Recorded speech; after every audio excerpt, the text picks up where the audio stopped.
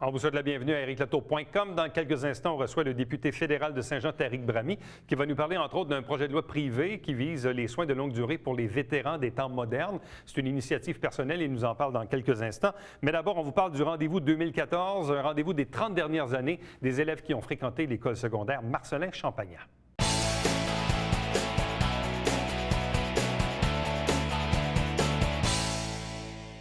Un rendez-vous est donné le samedi 7 juin à l'école secondaire Marcellin-Champagnat. C'est l'événement Rendez-vous 2014. Avec nous pour en parler, le directeur adjoint secondaire 4 et 5, M. Alain Barrette.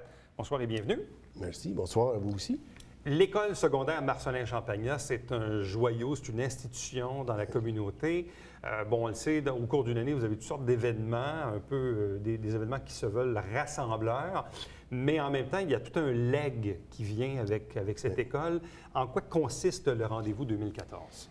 En fait, c'est une idée qui est surgie de créer un événement qui serait rassembleur pour, je vous dirais, les 30 premières années de l'école secondaire Marcellin-Champagnat, soit depuis 1975, où le nom a changé pour ce nom-là. Et on a décidé d'inviter tout simplement à l'école, dans une grande retrouvaille, tous ces finissants-finissantes-là des 30 premières années. Donc, de 1975 à 2005. Bon, parce que le visage de l'école a beaucoup changé. Oui. Quand moi, j'étais plus jeune, évidemment, on appelait ça les frères maristes. Oui, oui. Après ça, au cours des années 80, on a admis les filles, fin des années 80, oui. je pense. Et là aussi, au fil du temps, les frères maristes qui étaient dans l'entourage de l'école ont pratiquement tous quitté. Absolument. Donc, le visage de l'école s'est beaucoup transformé sur 30 ans. Oh, oui, je peux en parler. J'étais de la promotion 77. Donc, ça vous donne une idée. À l'époque, on n'était que des garçons. Le pensionnat était là. Il y avait même une piscine. Absolument. Parce que les gens, des fois, les gens la fameuse disent, piscine. Oui, la fameuse piscine. La fameuse piscine. En fait, il y en avait deux, mais il y en avait une intérieure, il y en avait une extérieure aussi sur le bord de la rivière qui remonte à... Moi, j'ai argumenté avec un ami pendant très longtemps qui me disait non, c'est pas vrai. Puis j'ai fait la démonstration qu'il y avait une piscine. Absolument. D'ailleurs, les visiteurs pourront aussi voir ce que ça avait l'air à cette époque-là, ceux qui n'ont pas connu cet endroit-là de l'école. Mais c'est effectivement, le visage a changé énormément. Et ce qu'on fait, c'est qu'on invite ces gens-là qui ont fréquenté le milieu pendant toutes ces années à revenir, tout simplement voir où en est rendue l'école secondaire Marcellin-Champagnat en 2014. Vous allez profiter donc de cet événement aussi pour tenir une assemblée générale? Oui, absolument. En fait, l'événement se tient entre 13h et 17h. Et à 15 heures, cette journée-là, il y aura une assemblée générale de tous ceux qui seront présents à ce moment-là à l'école. Et le but de l'assemblée, c'est sûr, c'est de leur présenter ce nouveau visage, les projets aussi de développement, parce qu'on a des projets de développement, d'agrandissement, etc. Alors, c'est présenter ça à ces gens-là. Et aussi, on ne peut pas le cacher, un des buts de l'événement, c'est de remousser, de redonner vie à l'association des anciens et des anciennes de l'école. Qui s'est perdu au fil du temps, oui, pour toutes sortes de raisons. Pour toutes sortes de raisons, peut-être par essoufflement, les gens, l'implication, mais en fait, ce qu'on veut, c'est préparer, et les gens qui seront invités seront d'office, recevront d'office leur carte de membre, deviendront officiellement membres de l'association. Et à ce moment-là, on sollicitera parmi ces gens-là qui seront les visiteurs, des gens qui seraient intéressés à s'impliquer davantage pour justement donner vie à cette association-là. Est-ce qu'on sait sur 30 ans environ combien d'individus ont passé par l'école? Oui. On parle d'à peu près 2863 finissants. Moi, je vous trouve pas mal précis, là. Bien, on a fait le calcul. Puis, si on voulait essayer de rejoindre le maximum d'individus, il fallait avoir une idée du nombre. Donc, on a fait le calcul. Là. Donc, à peu près, tout près de 3000 personnes qui, en 30 ans, sont passées dans les murs de l'école. Oui. Là, évidemment, vous en parlez ici à la télé. On va probablement le voir dans les journaux et tout ça. Donc, de quelle façon allez-vous tenter de rejoindre ces gens-là? Bon, majoritairement, ils sont peut-être encore ici, mais il y en a peut-être peut-être aussi qui ont quitté la région. Oui, on a déjà en archive des banques, que ce soit des courriels ou des divers moyens de communiquer avec eux. Mais on a aussi un avantage, on a 24 membres du personnel qui sont des anciens et des anciennes. Ah oui? Et la majorité, on a déjà des banques de notre cohorte, des pages Facebook, etc. Donc, on a commencé par ça pour rejoindre la majorité. Et via ces pages-là, bien là, il y avait comme « Ah oui, je connais un tel, une telle avant nous. Bon, j'ai son adresse. » C'est comme ça qu'on a commencé à communiquer avec les gens pour les inviter à venir le 7 juin. Donc, les médias sociaux seront mis à contribution? Absolument, oui, oui. Je pense qu'on est à l'ère de ça, donc il faut s'en servir au maximum. Puis c'est un moyen rapide aussi de le faire et aussi de leur dire comment s'inscrire, parce qu'on doit s'inscrire pour l'événement, pour que nous, les organisateurs, on ait une idée du nombre d'individus de visiteurs qu'on va avoir cette journée-là. Dans vos rêves les plus fous, vous pensez avoir combien de personnes? Au maximum.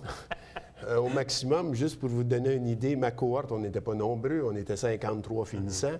Il y en a déjà 14 d'inscrits. Il y en a un qui a communiqué avec moi d'Edmonton ce matin pour me demander l'adresse des autres. Donc, ça roule tranquillement. On commence à rejoindre un peu tout le monde. C'est sûr que tout le monde ne pourra pas être présent cette journée-là. Mais facilement. Mais si on pouvait aller chercher un 400-500 personnes, ça serait drôlement intéressant. Bon, à quel endroit ça va se passer, le rendez-vous? En fait, les gens, dès leur arrivée, vont être dirigés dans différents secteurs de l'école. On a organisé le début de la visite pour un petit peu que ça soit significatif pour chacune des cohortes. On a regroupé les cohortes par décennie. Donc, on va les diriger là tranquillement dans chacun des lieux. Il va y avoir, bon, c'est sûr, plein de surprises, plein de photos, d'albums, tout ce qu'on a pu récupérer de souvenirs de ce moment-là. Et on a aussi communiqué avec notre personnel qui était là à ce moment, la communauté. Il y a énormément de frères qui seront présents cette journée-là, puisque au tout début, les premières années, c'était en très grande majorité les frères maristes qui étaient les éducateurs de l'époque.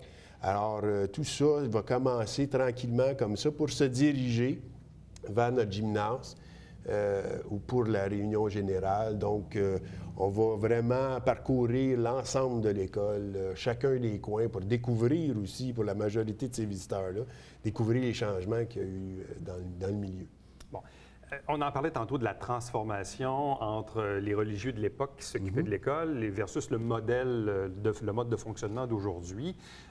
On sait, dans plusieurs institutions scolaires au Québec, où justement on regroupe les anciens, parfois dans certains cas, c'est pour mettre sur pied une fondation ou des projets particuliers, une forme de mécénat aussi, où on demande aux anciens d'investir des sous pour les projets futurs. Donc, comme on dit, pour partir la roue. Est-ce que, quand vous parlez tantôt de projets de développement, est-ce que vous sollicitez un peu le support des anciens pour les projets du futur? C'est sûr qu'ils deviennent des partenaires importants dans le développement, c'est évident. On a déjà notre fondation, par contre, oui, c'est vrai. Qui fonctionne très bien. Ce qui fait qu'à ce moment-là, c'est sûr, nous, ce qu'on trouverait intéressant dans ce partenariat, le partenariat qui pourrait avoir avec l'association, c'est de créer une espèce d'événement annuel qui pourrait prendre diverses formes, mais dans lesquels on pourrait faire des levées de fonds ou des choses du genre, où c'est sûr que la contribution financière peut être importante à ce moment-là. Vous avez dit tantôt donc que les gens devaient s'inscrire. De quelle façon peuvent-ils le faire? En allant sur le site. De l'école? Oui, ils peuvent aller sur le site de l'école ou directement sur le site de l'association, qui est le www.aaesmc.ca. Alors, quand on ouvre ce site-là, à ce moment-là, c'est Rendez-vous 2014 qui apparaît. Il y a un onglet Inscription. Alors, tout ce qu'on demande pour l'inscription, c'est assez simple. Le nom de la personne, l'année de sa graduation. On demande aussi combien de temps ils ont passé, est-ce qu'ils ont passé les 5 années de leur secondaire. Et aussi, on leur demande qui ils aimeraient revoir.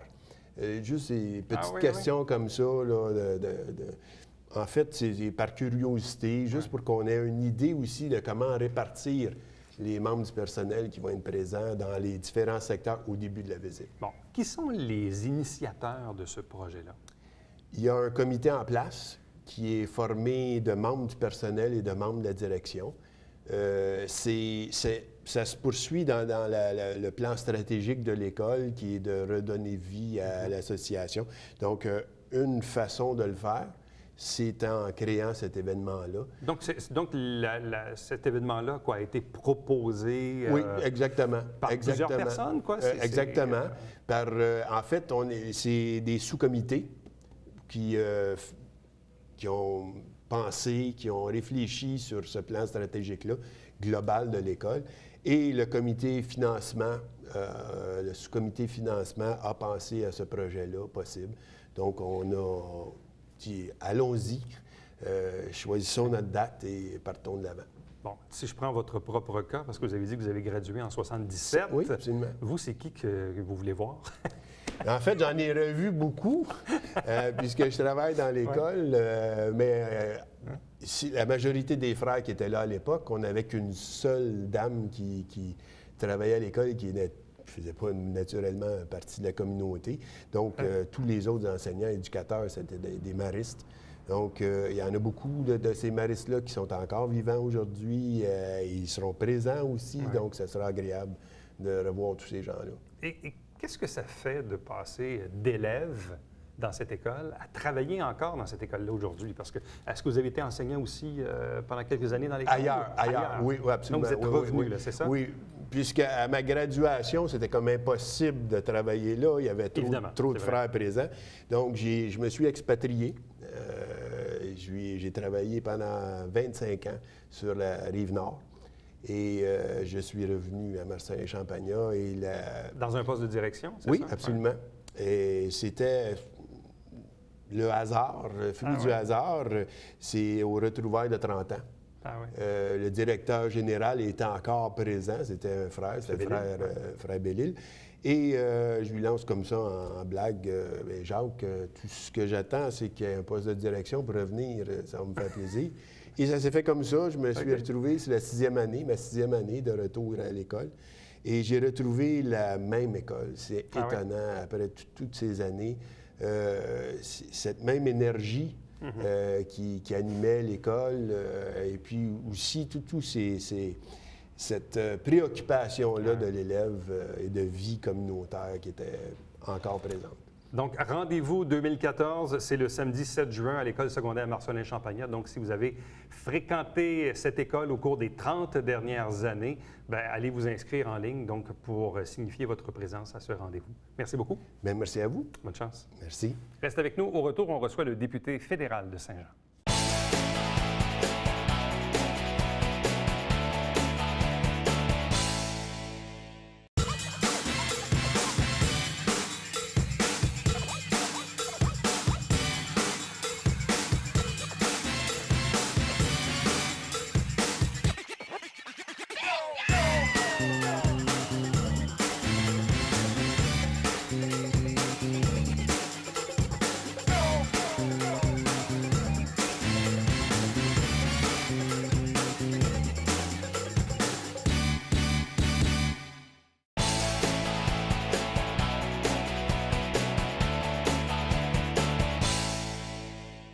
On reçoit maintenant le député fédéral de Saint-Jean à la Chambre des communes, Tariq Brahimi. Bonsoir et bienvenue. Bonsoir, M. Latour. Est-ce que vous êtes en pause parlementaire, si on peut dire? C'est la pause de Pâques. Les 2 semaines qui sont actuellement sont la pause de Pâques. Donc, on reprend dans 2 semaines pour 4 semaines, 1 semaine de pause et ensuite 4 semaines qui nous mènera jusqu'au 24 juin. Bon. Quels sont les enjeux à ce moment-ci? Je sais d'ailleurs, on parle beaucoup de la réforme démocratique du Parti conservateur et je sais d'ailleurs votre chef, pas plus tard qu'aujourd'hui, a fait une sortie publique, parlait d'une campagne que le NPD va mener là-dessus.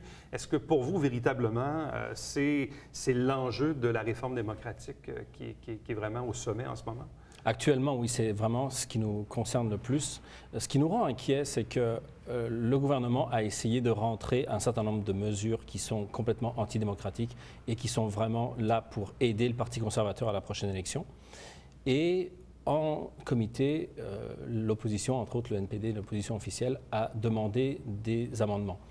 Évidemment, pour des raisons purement stratégiques, ils ont refusé ces amendements. Mais là, on voit que maintenant qu'on est rendu au stade du Sénat, ils acceptent les mêmes amendements ou des modifications qui sont quasiment les mêmes parce que ça vient de leurs amis sénateurs conservateurs. Donc, il y a vraiment un problème avec cette réforme-là. Tous les experts disent qu'il y a un problème et en plus, non seulement il y a des problèmes techniques, mais en plus, ce n'est pas éthique de changer les règles du jeu avant la prochaine élection et ce n'est pas éthique de changer les règles du jeu de la démocratie, des élections, juste avant et d'une façon unilatérale, sans demander à l'opposition. En ce moment, la Chambre des communes, c'est 308 députés, Oui. dont 75 du Québec. Oui. La réforme, si elle passe, va nous donner quel genre de représentation? Ça n'a pas de lien avec le nombre de députés. Le nombre de députés va être de 338 en 2015 et il y aura 78 députés du Québec. La réforme porte sur le mode de scrutin, entre autres sur la possibilité de se porter garant lorsque quelqu'un n'a pas de pièce d'identité mais est capable de se porter garant. Donc, ce que veulent faire les conservateurs, c'est d'empêcher cette possibilité-là. Ce qui fait que tous les gens qui n'ont pas une adresse qui est facile à vérifier, comme des gens, comme des étudiants par exemple, on l'a vu, c'était le même problème au niveau du provincial. Il y avait aux dernières élections québécoises, il y avait des étudiants qui sont là depuis 3, 4, 5 ans, mais parce qu'ils sont domiciliés dans une autre province, ils ne pouvaient pas voter. Là, c'est le même genre de problème qu'on va probablement retrouver, c'est-à-dire que des étudiants qui n'ont pas leur adresse sur leur carte d'étudiant ne pourront pas voter parce que le système de répondants va être, si cette réforme passe, le système de répondants va être interdit. Nous, ce qu'on va faire, c'est que si cette réforme passe le Sénat, si le Sénat ne retire pas ces dispositions-là, on va contester devant les tribunaux, le NPD va contester devant les tribunaux la validité de ces modifications-là. Normalement, quand on procède à une réforme qui touche le scrutin, qui touche les élections, je ne sais pas si c'est la même règle au fédéral, mais ça ne nécessite pas minimalement le 2/3 des voix à la Chambre? Non, pas du tout. La façon. Le gouvernement majoritaire qui peut tout simplement changer les règles du jeu. Absolument. Donc, par contre, il y a une considération éthique qui voudrait que lorsqu'on change les règles du jeu, ça devrait être consensuel. Tous les partis politiques devraient être d'accord sur les nouvelles règles du jeu. Parce que là, les conservateurs changent d'une façon unilatérale et d'une façon qui va les arranger, eux, pour les prochaines élections. Une des choses qui est complètement, que moi je trouve absurde, si vous regardez par exemple ce qui s'est fait au provincial, depuis des années, si on prend qu'au niveau du provincial, à une époque, les gens pouvaient cotiser, faire des dons jusqu'à 3 000 $. Ce 3 000 $ a été diminué d'année en année et récemment, à la dernière élection provinciale, le don maximum est de 100 $. Au niveau du fédéral, on est actuellement à un maximum que peut donner un citoyen de 1 200 $ par an, et ça, les conservateurs veulent le faire passer à 1 500 $. Donc c'est une évolution qui va dans le sens contraire de la logique et de ce dont on se rend compte actuellement, qui est plus démocratique et qui est plus représentatif de ce que devrait être une bonne démocratie qui fonctionne bien, c'est-à-dire beaucoup de citoyens qui donnent des petites sommes et non pas quelques citoyens qui donnent des grosses sommes. Bon, le gouvernement conservateur est majoritaire et, si je ne me trompe pas, ça sera donc la première fois que les Canadiens vont vivre une élection où on connaît déjà la date. Parce que les élections sont à date fixe. Absolument. Et moi, j'imagine que le premier ministre actuel ne va pas devancer les élections. Il pourrait le faire pour des raisons de calcul. Je ne pense pas parce que ça fait partie... C'est idéologique. C'est idéologique et surtout, c'est une promesse qu'il a faite aux dernières élections. Donc, automne 2015, on sera en élection au Canada. Le 19 octobre 2015, si tout va bien, on devrait être en élection fédérale au Canada. En quoi ça change les règles du jeu? Parce qu'auparavant, il y avait toujours un jeu de chat et de souris dans un Parlement. Est-ce que le premier ministre va déclencher, déclenchera pas? Là, à partir du moment où vous connaissez la date, vous savez que vous serez en élection dans 1 an et demi, en quoi ça change votre préparation de campagne électorale comme parti politique ou vous-même comme député actuel? Bien, ça change, ça donne une certaine stabilité. Ça donne une date. parce que c'est sûr que lorsqu'on est en gouvernement minoritaire, on est toujours à la merci du Premier ministre, et ce qui en fait n'est pas démocratique, puisque la démocratie, toutes les grandes démocraties mondiales, que ce soit, on le voit aux États-Unis où c'est réglé comme une horloge, on le voit aussi dans la plupart des pays d'Europe, toutes les grandes démocraties ont un système qui est à date fixe, et c'est beaucoup plus démocratique parce que ça ne permet pas les tricheries de dernière minute pour s'arranger à déclencher une élection en fonction du dernier sondage qui paradoxalement peut être un mauvais choix. On l'a vu au niveau du provincial, par exemple. Le contexte politique en ce moment est le suivant. Le Bloc québécois qui a régné sur le Québec pendant près de 20 ans n'a plus de chef.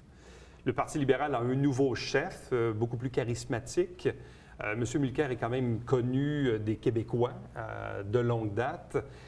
Et le NPD, évidemment, actuellement, a la majorité des sièges au Québec. Donc, et les conservateurs, en tout cas, je ne pense pas qu'à ce moment-ci, on estime qu'ils feront une grande percée. Là. Mais quel est le contexte de cette prochaine élection? Votre adversaire, c'est quoi? C'est le Parti libéral ou le Bloc québécois dont on n'a pas de chef en ce moment? C'est très difficile de faire des spéculations sur le Bloc québécois. Je pense que personne n'attendait la déroute du Parti québécois. Il y a un lien évident entre les deux, même si au Bloc québécois, entre autres, M. Bellavance, qui est probablement le futur chef, qui sera au mois de juin probablement le futur chef du Bloc québécois, même si lui dit qu'il n'y a pas de lien entre les deux, il y a un lien entre les deux parce que ce sont deux partis dont la raison d'existence, c'est de faire la souveraineté du Québec. Donc, c'est trop tôt pour spéculer actuellement. Et surtout avec la déconfiture du Parti québécois là, du 7 avril dernier. Là, absolument. Ça change complètement la donne, puisque peu de gens avaient imaginé ça. Bon, quels sont vos propres enjeux à ce moment-ci? Bien, moi, j'ai déposé au début de cette année un projet de loi qui est un projet de loi privé qui est C-568, qui est un projet de loi en fait qui veut obliger le gouvernement fédéral à prendre en compte les soins de longue durée des vétérans, ce qu'on appelle les vétérans modernes. Et la différence entre les vétérans anciens et les vétérans modernes, c'est ceux qui ont servi après 1953. Donc, en gros, les anciens combattants, il y a ceux de la Deuxième Guerre mondiale, il y a ceux de la guerre de Corée, qui s'est terminée en 1953 au niveau du service pour les Canadiens. Et ensuite, il y a toutes les missions de paix et surtout la dernière mission, qui n'est pas une mission de paix, qui était une mission de guerre en Afghanistan, où en Afghanistan, on a jusqu'à 40 000 soldats qui sont passés en Afghanistan et qui ont, pour certains, eu des séquelles physiques, d'autres des séquelles mentales, et pour beaucoup, des séquelles qu'on ne voit pas encore, mais qui vont commencer à apparaître dans les années qui viennent. Parce que les derniers soldats qui sont sortis d'Afghanistan, c'était en 2013. Donc, à partir du moment où ces gens-là vont, dans 10, 15, 20 ans, commencer à avoir des problèmes liés à leur service, le gouvernement fédéral a décidé qu'après la guerre après la guerre de Corée, c'est-à-dire 1953, c'était aux provinces de régler tous les problèmes de soins de longue durée. Donc ce projet de loi, ce n'est pas un projet de loi qui veut modifier la loi actuelle sur les anciens combattants. C'est un projet de loi qui veut obliger le gouvernement fédéral à modifier le règlement sur les soins de santé des anciens combattants à long terme. Au moment où vous étiez en préparation de ce projet de loi privé, la vague de suicides qu'on a connue dans l'armée n'était pas arrivée. Ça coïncide visiblement, même on écoutait le général Dallaire, qui est sénateur libéral, là, tout le monde en parle dimanche dernier, qui parlait un peu de ce phénomène des vétérans plus modernes, de l'ère moderne des 30, 40 dernières années. Pourquoi est-ce important pour vous de passer ce projet de loi? D'où est venue l'idée? C'est une problématique que j'ai découvert, que j'ai suivie depuis quelque temps, mais que je voyais que je suivais progressivement. Et justement, parce j'ai commencé à m'intéresser à cette problématique et j'ai vu aussi que fin 2013, le gouvernement fédéral, qui à une époque dans les années 1950 avait jusqu'à une quarantaine d'établissements hospitaliers dédiés spécifiquement aux anciens combattants, le gouvernement fédéral a transféré le dernier hôpital qui s'occupe en particulier précisément des anciens combattants, qui était l'hôpital de Sainte-Anne-de-Bellevue, à la province du Québec. Ce qui fait que maintenant, 100% des installations qui s'occupent des soins de longue durée et des anciens combattants et des vétérans modernes est sous juridiction provinciale de chacune des provinces. Et donc, c'est une nouvelle je dirais, une nouvelle façon pour le gouvernement fédéral de ne pas assumer sa responsabilité, puisqu'en vérité, les problèmes qui vont apparaître, qui commencent à apparaître et qui vont apparaître pour les anciens combattants sont liés au fait qu'ils ont servi, même s'ils ne sont pas liés à des blessures identifiables immédiatement. Deux dernières questions très rapidement. Avez-vous eu des échos de votre propre parti, de votre caucus, du Parti libéral ou du Bloc québécois? Et l'autre sous-question, ayant un gouvernement qui est quand même pro-militaire, avez-vous quand même bon espoir de faire passer votre projet de loi? Bien, lors du débat en deuxième lecture, pardon, de la première heure du débat en deuxième lecture qui s'est déroulé au mois d'avril, au début du mois d'avril, on a le soutien, j'ai le soutien évidemment du NPD et donc ce qui est une bonne nouvelle du Parti libéral. Par contre, le Parti conservateur a dit qu'ils allaient voter contre. Alors, évidemment, ce n'est pas un projet de loi qui va aller de l'avant, qui deviendra une loi parce que les conservateurs sont majoritaires, mais au moins, ça a le mérite de commencer, d'avoir cette discussion-là, de savoir que les deux partis qui vont un des deux partis va être au pouvoir en 2015, soutiennent ce projet de loi. Donc, moi, je suis confiant qu'en 2015, un des deux partis qui sera au pouvoir, et j'espère que ce sera le NPD, évidemment, sera capable de faire de ce projet de loi une loi. Donc, vous êtes en train d'annoncer la mort des conservateurs, là. Au Québec. M. Bramy, merci beaucoup. Merci, bonne soirée. Reste avec nous. Au retour, c'est le Babillard quotidien.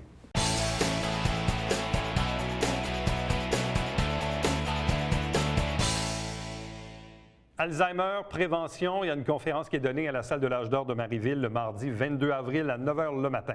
À chaque semaine, on vous présente l'émission Saint-Jean-sur-Richelieu, des extraits des travaux du Conseil de ville.